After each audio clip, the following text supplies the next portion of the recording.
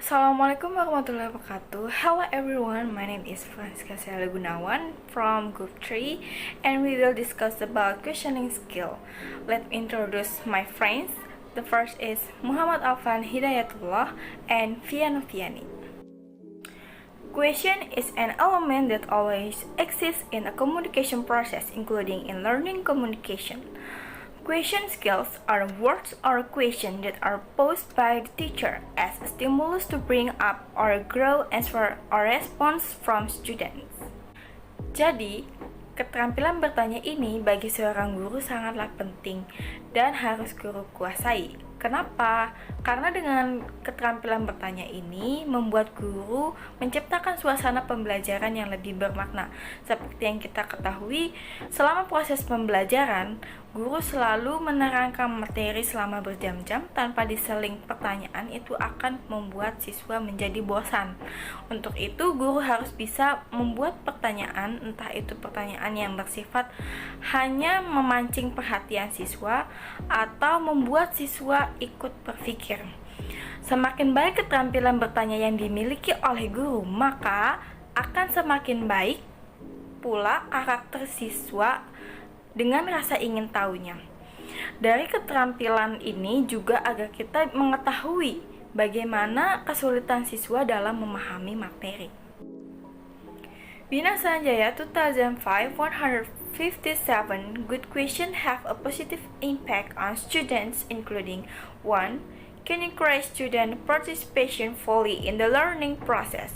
2. Can improve students' thinking skills because thinking itself is essentially questioning. 3. Can arouse student curiosity and lead students to determine answer. 4. Focus students on the problem being discussed. According Brown 1975 and Annie Probati et al. 2009, 6 until 15.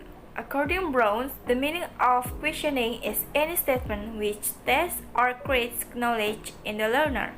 Every question that examines or creates knowledge in students is the meaning of questioning. Brown 1975 103.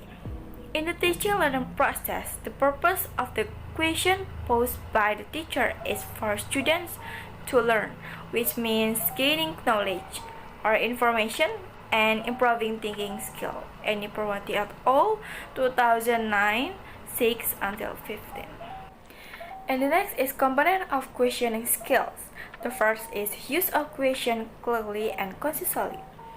Jadi artinya di sini adalah penggunaan pertanyaan secara jelas dan singkat. Jadi yang dimaksud adalah pertanyaan yang disampaikan oleh guru itu harus secara jelas dan singkat dan menggunakan kata-kata yang mudah dipahami oleh siswa. The second is giving a reference. Jadi di sini artinya adalah pemberian acuan. Dimaksud di sini adalah jadi ketika guru sebelum memberikan pertanyaan, kadang-kadang guru juga perlu memberikan acuan berupa pertanyaan yang berisi informasi yang relevan dengan jawaban yang diharapkan siswa. Contohnya, salah satu unsur penyusunan sebuah paragraf adalah ide pokok paragraf. Apakah unsur pembentuk lainnya dari sebuah paragraf? The third is alternation displacement. Di sini artinya adalah pemindahan giliran. Jadi ada kalanya sebuah pertanyaan yang cukup kompleks tidak dijawab secara tuntas oleh siswa. Dalam hal ini guru memberikan kesempatan kepada siswa lain dengan cara pemindahan giliran. Artinya setelah siswa pertama memberi jawaban, guru meminta siswa kedua untuk melengkapi jawaban tersebut. Kemudian dilanjut dengan siswa yang ketiga dan seterusnya. The fourth is deployment. Di sini artinya penyebaran. Penyebaran yang dimaksud di sini adalah penyebaran pertanyaan yang berarti menyebarkan giliran untuk menjawab pertanyaan yang diajukan oleh guru. Teknik penyebaran perlu diperhatikan oleh guru karena ada kalanya guru lupa memperhatikan siswa yang duduk di belakang atau memperhatikan siswa yang kurang aktif. Jadi contohnya ini, misal siswa A, apa yang dimaksud dengan kalimat? Siswa B, bagaimana menyusun kalimat dengan benar? Jadi, di sini penyebaran yang dimaksud adalah antara siswa satu dengan siswa yang lain diberi kesempatan untuk menjawab dari pertanyaan yang berbeda-beda. The fifth is giving time to thinking. Pemberian waktu berpikir. Jadi setelah guru mengajukan pertanyaan, sebaiknya guru memberikan waktu kesempatan beberapa detik untuk siswa agar memikirkan jawabannya sebelum pertanyaan tersebut dilempar dan ditunjuk kepada siswa lain. The last is guidance. Jadi pemberian tuntutan yang dimaksud di sini adalah apabila jika siswa tidak bisa menjawab pertanyaan yang diajukan oleh guru, hendaknya guru memberikan tuntutan kepada siswa agar ia dapat menemukan jawabannya sendiri dengan benar. Assalamualaikum warahmatullahi wabarakatuh. My name is Fiana Fiani. I'm from Group 3. Now I would like to explain about the principle of questioning skills. The first is warmth and enthusiasm. We need to show all students that we master the issue being discussed and the questions we ask are indeed very interesting. Not carelessly asking, we can prove this true attitude both when asking questions and when receiving answers. Our attitude and styles, including our voice, facial experience, movement, and body position, reveal the presence or absence of our warmth and enthusiasm. Jadi, kita harus menunjukkan kepada semua siswa bahwa kita paham tentang topik yang sedang dibahas dan pertanyaan yang dibuat atau yang diajukan sangatlah menarik dan tidak asal-asalan. And the second is habits to avoid. A. Do not repeat questions if students are not able to answer them. This can lead to decreased attention and participation. B. Do not repeat student answer. C. Try so that students do not answer questions simultaneously because we do not know for sure who answered correctly and who was wrong. Jadi, kebiasaan yang harus dihindari saat memberikan pertanyaan atau mengajukan pertanyaan adalah yang pertama, jangan ulangi pertanyaan jika siswa tidak bisa menjawabnya. Terus yang kedua, jangan ulangi jawaban siswa. Yang ketiga, usahakan agar siswa tidak menjawab pertanyaan secara bersamaan. And the next is the purpose of questioning skill. According to Nasution, the purpose of asking question is the first, encourage children to think to solve a problem. Artinya yaitu mendorong anak berpikir untuk memecahkan masalah. Kemampuan anak berpikir kritis adalah dengan mengembangkan kemampuan intelektualnya. Melalui kemampuan intelektual, maka diperlukan aktivitas dalam membentuk suatu kegiatan yang membantu kemampuan anak untuk berpikir kritis, seperti memperhatikan suatu topik persoalan secara detail dan menyeluruh. And the second is generating understanding of the old or the new. Artinya yaitu menghasilkan pemahaman tentang yang lama atau yang baru. Ini bisa dibilang proses menciptakan ide-ide baru untuk siswa. The third is investigating and assessing student mastery of the subject matter used to be often in the form of memory question, preferably mind question. Artinya yaitu menyelidiki dan menilai penguasaan siswa terhadap materi pembelajaran yang dulu sering digunakan dalam bentuk pertanyaan ingatan, lebih disukai pertanyaan pikiran. Setiap individu memiliki tahapan perkembangan yang berbeda dengan orang lain. Setiap tahapan perkembangan akan dilalui oleh seorang individu secara berkesinambungan. Guru harus mempunyai segudang cara pembelajaran yang bervariasi untuk melatih kemampuan atau daya pikir siswa secara terprogram. The fourth is arouse student interest in something so that a desire arises to learn it.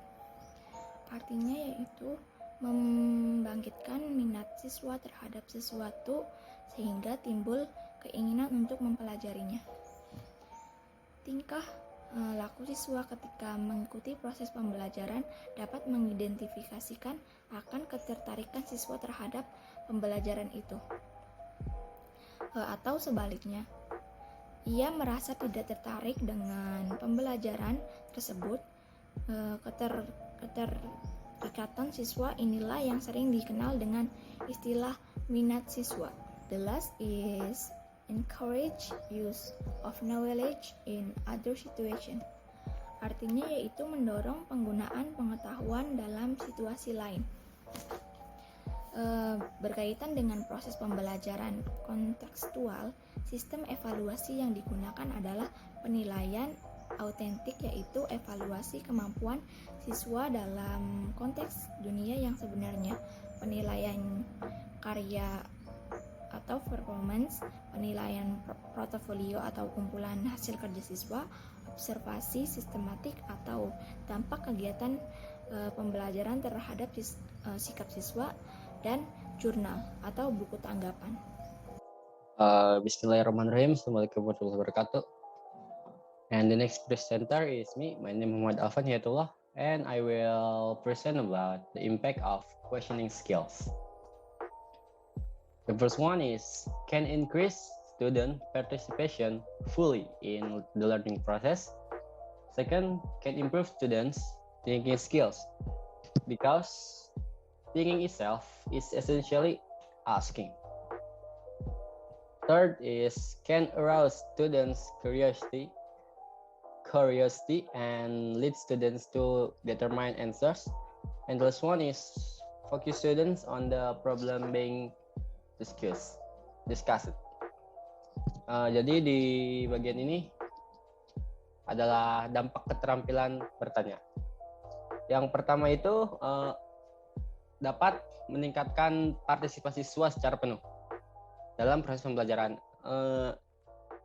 Hal ini sepertinya menjadi tujuan utama dalam proses pembelajaran, yang dimana bisa banyak partisipan yang lebih aktif. Yang kedua itu dapat meningkatkan kemampuan berpikir siswa, sebab berpikir itu sendiri hakikatnya adalah bertanya. Ya, ini penting. Mengapa? Karena bertanya, ketika murid bertanya itu berarti murid itu berpikir dan memiliki rasa ingin tahu yang tinggi. Lalu yang ketiga itu dapat membangkitkan rasa ingin tahu siswa serta menuntut siswa untuk menentukan jawaban. Seperti yang dijelaskan saya tadi, hal ini juga akan mendorong banyak murid atau siswa untuk lebih berani untuk bertanya. Yang keempat adalah memusatkan siswa pada masalah yang dibahas atau pembelajaran yang dibahas. Nah, ini adalah hal yang terpenting. Saat ingin bertanya, kita harus selalu fokus kepada apa yang sedang dibahas atau fokus kepada masalah apa yang sedang dibahas oleh kita, sehingga kita dapat bertanya dengan jelas.